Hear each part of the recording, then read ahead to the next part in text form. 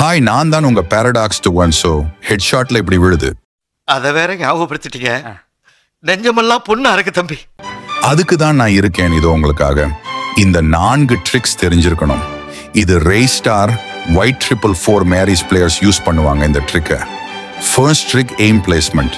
உங்க எய்ம் எப்படி இருக்கும்னா, ஷார்ட் ரேஞ்சில் இருக்கும்போது ஒயிட் இருக்கணும், அதே லாங் ரேஞ்சில் இருக்கும்போது ரெட்டால இருக்கணும். இந்த வீடியோல காட்டுற மாதிரி. ரெண்டாவது ட்ரிக் டிராக் ஸ்டைல் மிகவும் பொதுவானது. எனவே இப்போது எதிரி இடது புறத்தில் இருந்தால் லெஃப்ட் டிராக் பண்ணுங்க, அதுவே இருந்தா ரைட்ல டிராக் பண்ணுங்க. ப்ரோ அதே ஸ்ட்ரைட்டா இருந்தா என்ன பண்ணுது ப்ரோ? ஸ்ட்ரைட்டா இருந்தா மேல தூக்குங்க. உங்க ஃபயர் பட்டன் சொன்ன டர்ட்டி ஃபெல்லோ. மூன்றாவது ட்ரிக், உங்க போனுக்கான சென்சிட்டிவிட்டி எனக்கே தெரியாது. சோ என்னை வச்சு ஒன்னும் காமெடி பண்ணலையே. உங்க போனுக்கான சென்சிட்டிவிட்டி உங்களுக்கு மட்டும்தான் தெரியும். அப்ப எப்படி உங்க போனுக்கான சென்சிட்டிவிட்டி கண்டுபிடிக்குதுன்னு சொல்றேன். நல்லா கேட்டுக்கோங்க. அதான் கரீனா காரன் கஸ்டம் ஃப்ரீ ஆக்கிட்டனே. உங்க ஃப்ரெண்டை கூப்பிட்டு போய் டெய்லியும் பிராக்டிஸ் பண்ணுங்க.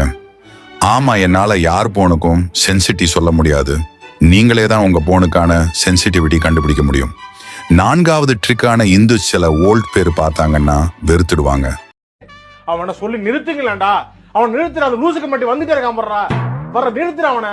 ஆனா இது கஸ்டம் கீ யூஸ் ஆகும். உங்களை பாட் சொல்றவனுக்கும் நல்ல ரிவெஞ்சா இருக்கும்.